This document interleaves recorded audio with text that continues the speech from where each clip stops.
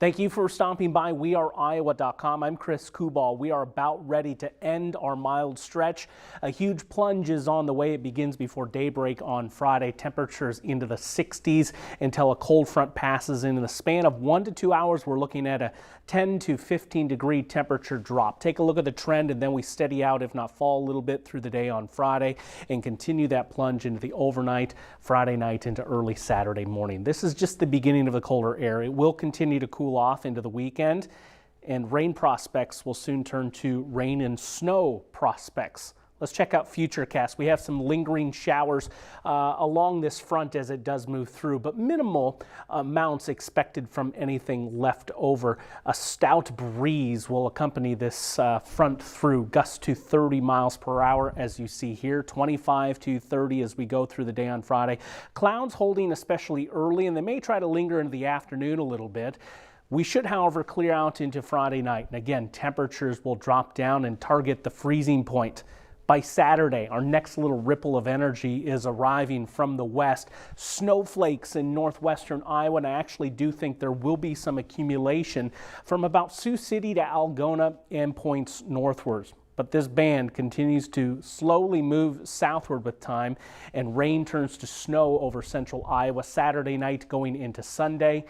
And we'll be watching for that prospect of accumulation. First up in northwestern Iowa, I do think we could see up to 2 inches through Saturday afternoon and possibly some impacts on the travel scene up that way as well. Not much for central Iowa, but I will be watching here closely. The scenario is awfully warm with warm ground temps through the middle of the day and generally light amounts of snow flying with raindrops. So it's not an ideal scenario to see accumulations in central and southern Iowa Saturday going into Sunday.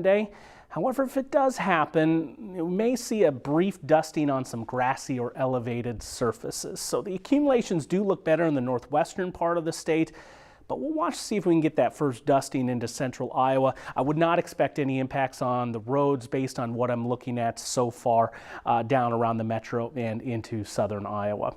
Now, first snowfalls. Typically, we don't see that first dusting until we get into the middle of November, so we are running a little bit early. It's not unheard of this time of year. In fact, in 2019 and 2020, we did get some October snowfall in here.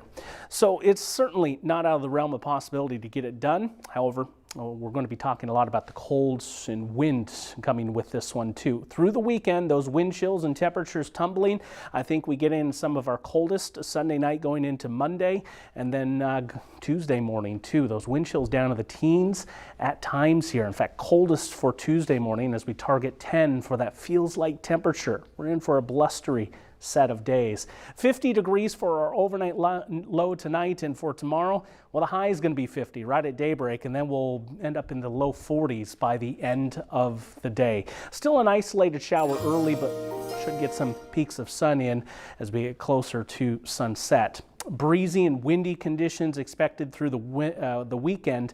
And for Halloween, it looks rather feisty with some wind, cold temperatures that we'll be dealing with, and there's the possibility we spin in a few snow showers with some flurries too.